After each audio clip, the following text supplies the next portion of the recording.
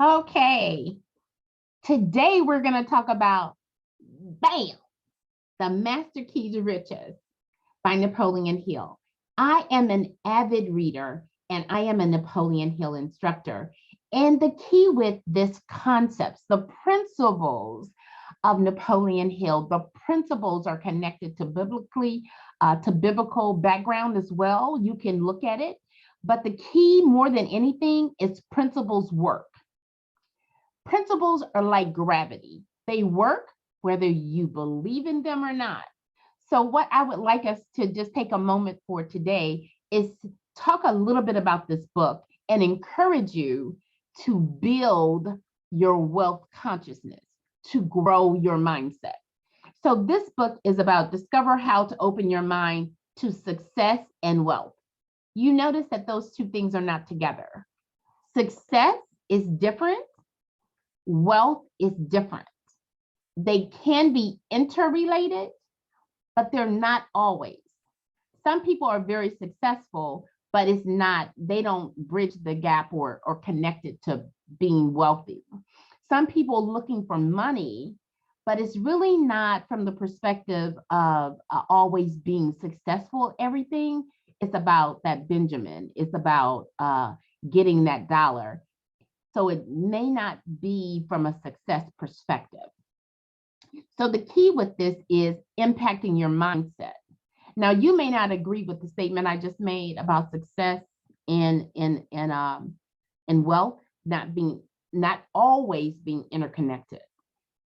But the examples I'll give you is that when you look at a person's vision, for an example, you'll look at whether it be people did not perceive Mother Teresa as being extremely wealthy. However, it's based on how you define wealth. Is it connected to money? Is it connected to things? She was not just successful, she was wealthy. And she left and lived out her legacy.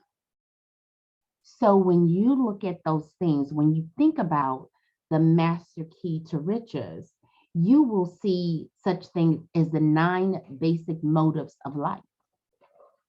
In the book, you'll look at and you'll see 12 items that it reflects, saying what are the 12 riches that you can have, and not all of them, spoiler, not about money.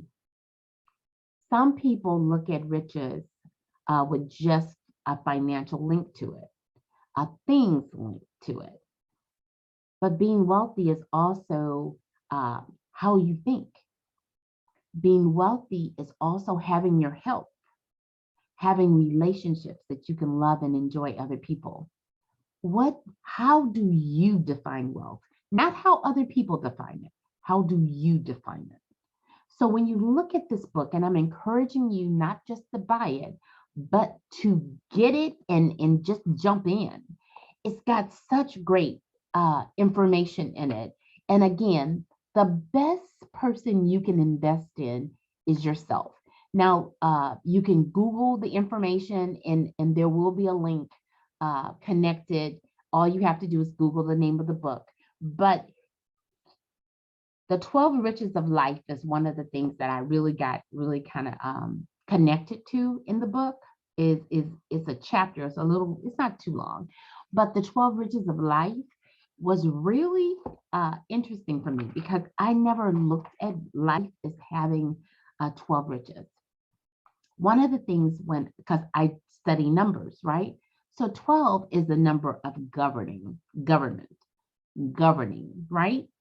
So when you think of 12, you think of completion. There's 12 eggs to a dozen, 12 months to a year, all of those things. You think of completion. So when you look at the 12 riches for life, a couple of them is a positive mental attitude. That doesn't mean euphoria. That doesn't mean everything in your life is perfect. It talks about how do you look at your life. Then another one is having sound physical health. Remember, we talked about riches and building wealth. You don't want to go after success that leads to money and give up your health. And then at the end or further into your life, you say, I need to now take the money that I've acquired to get help. So you want to do self-care. You want to take care of you. Then it says freedom from fear. You say, how do you have freedom from fear? That does not mean that fear never arises. You never think of fear, because fear is not always bad. If somebody is stepping out into a street, being concerned about being hit by a car that's coming, that's not a problem, because we were built to, our mind was built to help us fear and flight. But you don't want everything in your life to be connected to that. You don't want to always be running away from something because you have a fear, whether it be a failure. I have a video out there for that, or fear of success. You don't want that to be your guiding light, your North Star. So look at that. And then another one was a capacity to have faith.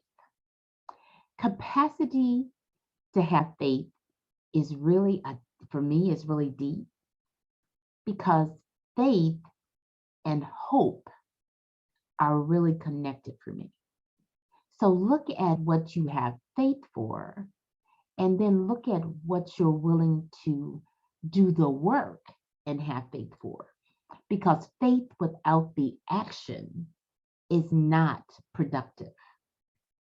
And it says it this way: faith without work is dead, being alone. Faith by itself and no work does not produce what you need. Okay, so just think about that. And I encourage you to look at the book and get some keys out of it. I'm going to do some more videos in strategic areas of it, because it's really deep. So take a moment and invest in you. Don't forget to continue to ring that bell, to make sure you ring the bell and you subscribe. And always share when you see things that are connected and you know others that you know that this would add value to their lives. Do that as well. Have a super day.